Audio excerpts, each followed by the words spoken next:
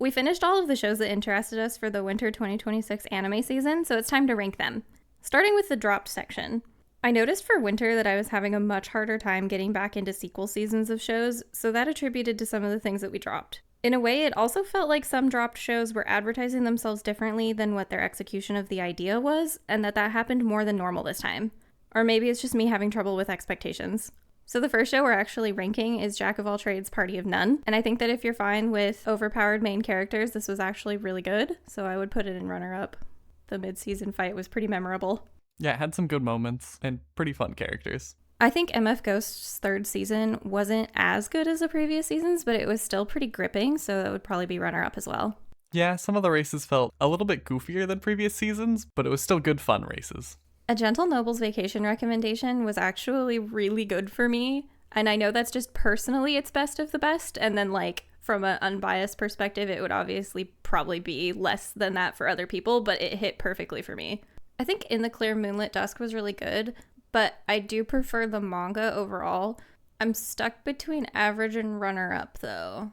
I think I'll set it in average just because it doesn't have a super strong defining element compared to other romances. Timon's B-side was super funny, and just from a personal feeling, if it hadn't had the yandere moments, it would have been part of the best, but because of that, for me, it's runner-up. Yeah, it was one of the more fun idol shows that we've gotten recently. Probably because it didn't focus much on them specifically being an idol. To Your Eternity Season 3 had a lot less emotional connection than previous seasons, and it didn't diversify itself as much as previous seasons. I think for me it was average because I started getting bored, but that feels a little unfair. I'd still kind of want to put it up in runner-up because it's still doing something very unique. And a very gripping story, even though it did have some lulls this season. Sentenced to be a Hero really needed help with its story and character development, so it was pretty average when you take away the visuals. First half, meh. Second half, pretty good. So yeah, average is out. Because I have to check vampire shows, I watched Dark Moon the Blood Altar, but it was pretty silly. I think it's something where if you have oodles of time, you should at least check it out for yourself, but otherwise it's pretty meh. Hell's Paradise Season 2 didn't reach the height of Season 1 for me, and I think that potentially if I rewatched Season 2 again, I might like it a little bit better now that I'm not sitting there hoping for certain things to happen. So I'd like to say it's still best, even though I was kind of disparaging it in our review. Yeah, it still hit the good action, but it was sort of as a bridge season, so hopefully Season 3 really picks up. The movie and first season of Fate Strange Fake were all spent doing setup, and it was all very well done, and there were a lot of really cool fights. So I think it would be runner-up because while it was doing all of that, it also wasn't bringing quite as much depth as like Fate Zero or Stay Night. And this is kind of the first time I've watched a Fate show while having to wait in between seasons. So yeah, they've all been out for us before. The anticipation. I definitely want more. I want to see what's going to happen. I was personally disappointed with the final season of Fire Force, mostly because I didn't have any knowledge as a manga reader and I didn't know that it was going to tie back into the Soul Eater universe, and so I was really sad. It made it kind of average for me. Yeah, I really liked where this world started, but not really where it ended. I think Hana-Kimi was pretty good, and I remember having a lot of fun with the comedy aspect of it, but I wish that their relationship had progressed a little bit more, so I think it'd be average. Isekai Office Worker, The Other World's Books Depend on the Bean Counter is something where, again, from personal feelings, I think it would be runner-up because I love BL. It's a lot of fun, so having it be in a fantasy isekai world is just that much better. Yeah, I enjoyed it too. It was surprisingly in-depth on how he could shape the world by utilizing his accounting skills. The Villainess is adored by the prince of the neighboring kingdom was pretty cute.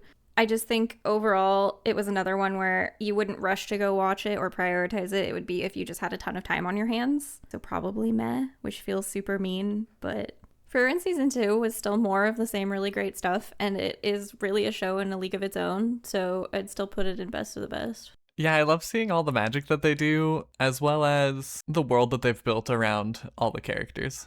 Kunon the Sorcerer Can See was actually really disappointing the further it went on. And I wish that if I had known what like episodes 10 through 12 would end up being, that I would have dropped it sooner. So I'm going to put it in meh.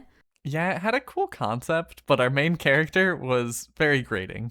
I think OSHI NO KO season 3 was my favorite thing that we watched all season, so it's front of best of the best. Yeah, they do a really good job with all of their characters and intertwining all of their lives. Love Through a Prism as a romance for me was really disappointing because I didn't feel like the main characters had that great of chemistry, and then the way that it just kind of drew itself out bothered me with the pacing, so I'd put it in meh. The final season of BEASTARS didn't really maintain its same energy from previous seasons either, but it was still pretty good, and I think that the way that they wrapped it up was acceptable. So it's either average or runner-up.